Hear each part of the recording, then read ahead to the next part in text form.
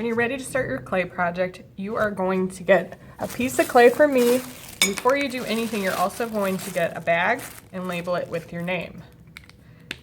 These are both on the clay table.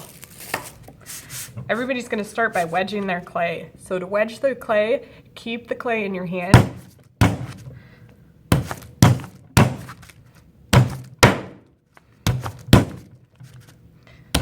Make sure you're doing it evenly on all the sides. All right, now if you're making a mug, a planter, or a slab box, what you're gonna start to do as you're wedging it is press it down. You want to get a nice flat piece of clay, and you wanna make sure that it's even on all sides. You can get a rolling pin and start to roll it out. You want to make sure that you're making it so that it is getting rolled out long ways, because you want to be able to cut out from the surface. And notice too how I'm flipping it as I go, that's so that I make sure I get out all the creases.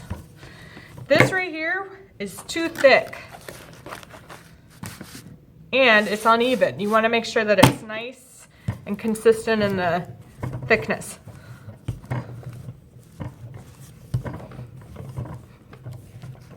Oop. Excuse the interruption, staff. Students will be inside this morning.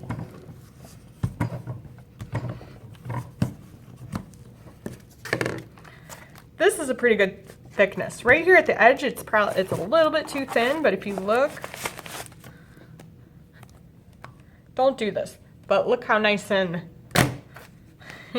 consistent this is. All right, now I'm ready to cut out. So it's kind of like cutting out cookies. If you are doing the mug, you need these two templates, one for the bottom and one for the sides. So I like to see if I can fit them both in the same one. It's pretty sweet. And then I'm going to take a cutting tool, doesn't matter which one that you use, and I'm going to use the template as a guide. Keep this clay, keep it rolled up in your bag because you're gonna need it to build all the different things that you wanna add to the clay. Make sure that when you're cutting, do it slowly. Hold the tool up and down so that you get a really nice cut. See the thickness? It's not like real thin on one side, it's pretty consistent the whole way through. All right, now I'm gonna cut out the side.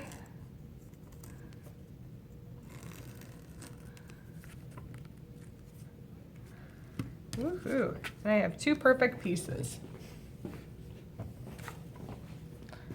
All right. Now, you gotta attach these two together.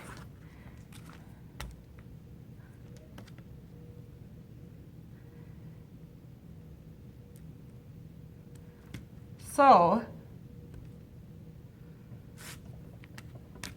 you have to make those hatch marks to score on both sides.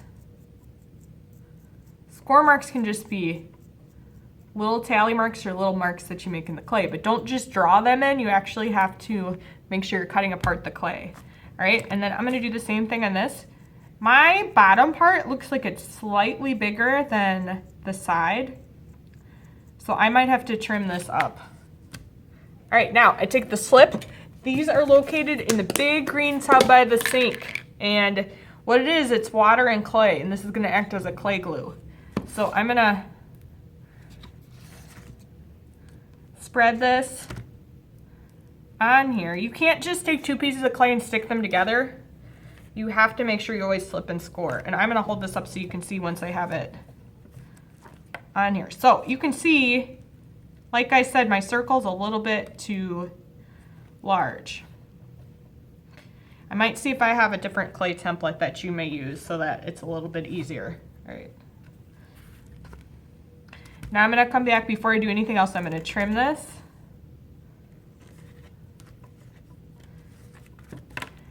Now, I have all these seams. You need to actually take your fingers and smooth this out.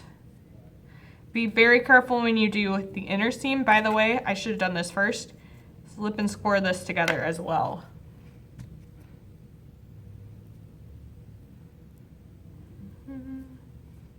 Be careful that you don't pinch this top part out and make it real thin. Okay, and I want to make sure that this is actually sealed, both the outside, and then I would go back in the inside and do the same thing. Be really careful if your clay is new clay, because it's going to be a little bit wobbly. All right. If you're doing a planter, you don't need to do anything else, at least to the body of this. Obviously, you want to add different things. Like, let's say you want to add a face, you could add a face or texture or things like that. If you want to make a handle, do this by either rolling out a coil. I would probably want a little bit more. Or you can roll out another slab and cut yourself out a handle.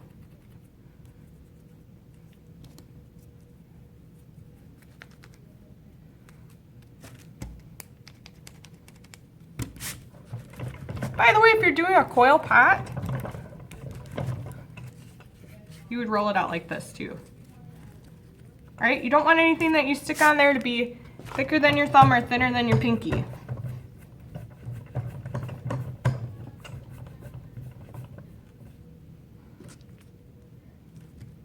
Okay, I like that. I'm going to make my score marks, both sides, and then get some slip. Woohoo, that's a crazy handle. And I can look at that and say, this is too big. I'm gonna make it a little bit smaller. By the way, fun fact, clay shrinks about 5% when it gets fired. All right, I put my hand in here and see if it actually looks like it would work. All right, I think I made this a little too thick, and I'm glad I did that because it's good to show you. If it's too thick, it's gonna like weigh down the whole thing. See how it's kind of warping? Not good. So I might go in and redo that. All right, now anything that you want to make out of clay, remember, no thicker than your thumb, no thinner than your pinky. Thin things break off. So I'm not going to show you anymore with the mug or planter because I think that we all know how to slip and score and attach things. And I just showed you how to do that with the handle. All right, now I'm going to move on to the slab box. Slab box is really similar to the mug or planter. All right, so I want to wedge my clay. I'm going to keep my clay in my hand.